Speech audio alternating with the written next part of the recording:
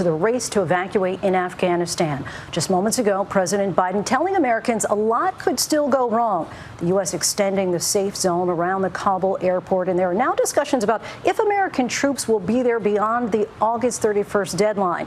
In the past 24 hours, the U.S. and allies have flown 7,800 people out amid an increasing threat from ISIS militants. Planes taking off using flares and performing corkscrew landings. The Defense Department is now ordering major U.S. airlines to help fly evacuees from bases abroad. They will not be going into Afghanistan.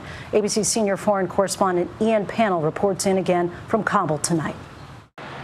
Tonight, the race to evacuate Kabul growing more urgent by the day. Roughly 7,800 people flown out in the last 24 hours, the highest number so far. The president's national security advisor warning that the threat from ISIS at the Kabul airport is real, acute and persistent. We have a long way to go, and a lot could still go wrong. Today, President Biden addressing the challenges at hand. We know that terrorists may seek to exploit the situation and target innocent Afghans or American troops. They're maintaining constant vigilance to monitor and disrupt threats from any source. And under mounting pressure to extend the August 31st deadline. Our hope is we will not have to extend, but there are going to be discussions, I suspect, on how far along we are in the process. The United States now activating the Civil Reserve Air Fleet, only the third time in its history. 6 U.S. commercial airlines will provide 18 aircraft to help move passengers arriving at bases outside Afghanistan. In short, we're not flying them directly to their country, we're flying to these processing stations, where we're working with more than 24 countries across 4 continents. At these sites where they're landing, we are conducting thorough scrutiny, security screening for everyone who is not a U.S. citizen or a lawful permanent resident. Anyone arriving in the United States will have undergone a background check. It's been a week since the Taliban took hold of the capital of Kabul. The situation inside the city deteriorating faster than many expected. A NATO official confirming that at least 20 people have died in and around the airport since last Saturday. And among the 7 Afghan civilians that were killed just yesterday, we're now learning that one of them was just 2 years old.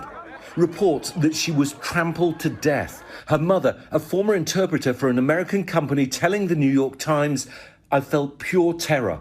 I couldn't save her." Hello, assalamu alaikum. Today, I met with Mansour Ahmed Khan, Pakistan's ambassador to Afghanistan, to discuss the state of affairs in Kabul. How would you describe the current situation in Kabul? The most immediate challenge is the humanitarian one. Many people want to go, want to leave this place. If this process was done in a more orderly manner, we could have maybe saved those precious lives.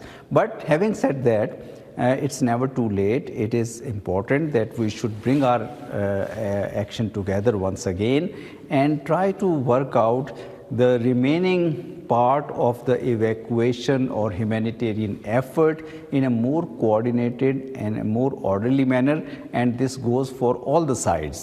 And for those Afghans who've managed to leave the country, now another challenge awaits, adjusting to a new life in a foreign land. Hundreds now seeking temporary shelter here in Northern Virginia. This young father, whose identity is concealed, saying he's grateful to America for keeping his family safe. Now we are safe. Now here, appreciated for your help, appreciated for your kindnesses, for everything. Despite an increase in the numbers of Afghans getting through to the airport and out of the country, there are still far more people waiting to be evacuated from Afghanistan than have managed to flee. And tonight, a serious warning from a senior diplomat here in Kabul who believes that not all Afghans who are eligible to get out will be allowed to do so. Lindsay? So much uncertainty remains. Ian, thank you. Hi, everyone. George Stephanopoulos here. Thanks for checking out the ABC News YouTube channel. If you'd like to get more videos, show highlights, and watch live event coverage, click on the right over here to subscribe to our channel. And don't forget to download the ABC News app for breaking news alerts. Thanks for watching.